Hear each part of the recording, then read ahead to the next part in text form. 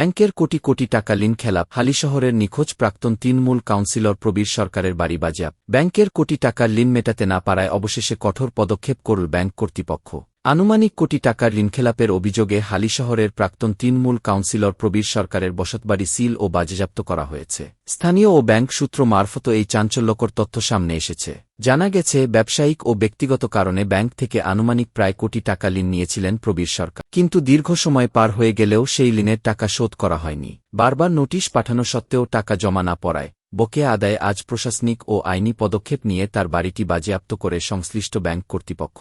খবর অনুযায়ী গত মে মাসের ৪ তারিখ থেকেই প্রবীর সরকারের কোনো খোঁজ মিলছে না। বকেয়া মেটাতে না পেরে এবং ব্যাংকের আইনি পদক্ষেপের মুখোমুখি হওয়ার ভয়েই তিনি আত্মগোপন করেছেন, নাকি এর পেছনে অন্য কোনো কারণ রয়েছে তা নিয়ে এলাকায় তীব্র গুঞ্জন শুরু হয়েছে। হালিশহরের জনপ্রিয় ও প্রভাবশালী প্রাক্তন কাউন্সিলরের বাড়ি ব্যাংকের তরফে বাজেয়াপ্ত হওয়া এবং একই সাথে তার অন্তর্ধানের ঘটনায় এলাকা জুড়ে ব্যাপক চাঞ্চল্যের সৃষ্টি হয়েছে।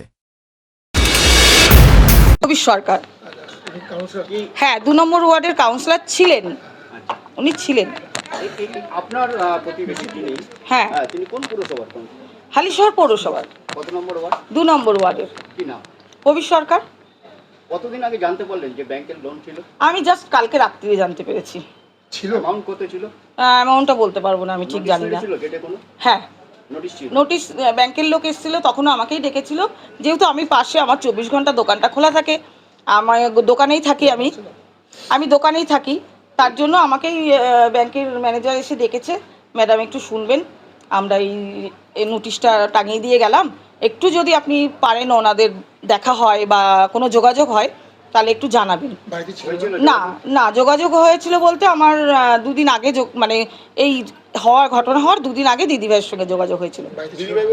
মানে প্রবীর সরকারের বউ, আমি দিদিভাই বলি তো, তাই। হ্যাঁ হ্যাঁ, তা বলেছিলাম, মানে তাকে ডাইরেক্ট তো পাইনি, আমি অন্য লোকের মাধ্যমে জানিয়েছিলাম তাকে। তাকে বলেছিল, তা জিজ্ঞেস করলাম যে আপনি কি বলেছেন, বললো হ্যাঁ আমি বলেছি। তারপরে কালকে জানলাম যে এরকম সিল করতে আসবে। তা তো বলতে পারবো না, গাড়ি এসছে, এখন কোথায় নিয়ে যাবে, কি করবে। জিনিস তো একটা সংসারে যা থাকে, একটা সংসারে যা জিনিস থাকে, খাট, আলমারি, ড্রেসিং টেবিল, ফ্রিজ, মানে বাসন কোসন, দুনিয়া, মানে একটা ঘর, 2-3টে ঘর পুরো ভর্তি জিনিস, এটাই আর কি। আমার নাম রূপা রায়।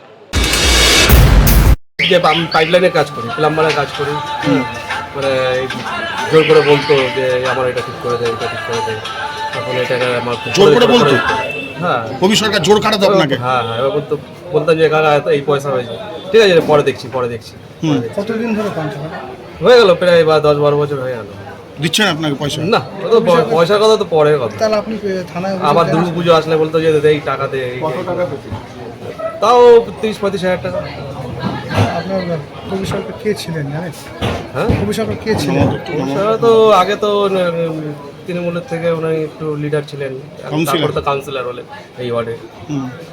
তা আপনি টাকা চাইতেন না কেন? ভয় চাইতাম না। কেন ভয় কিসে?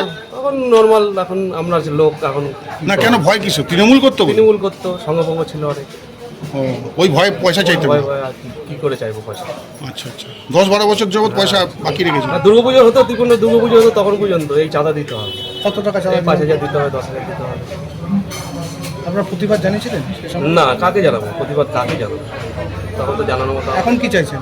এখন যেটা হওয়ার, এখন তো আর কিছু বলার নেই। টাকা গেছে, ওনার যাতে শাস্তি পায়।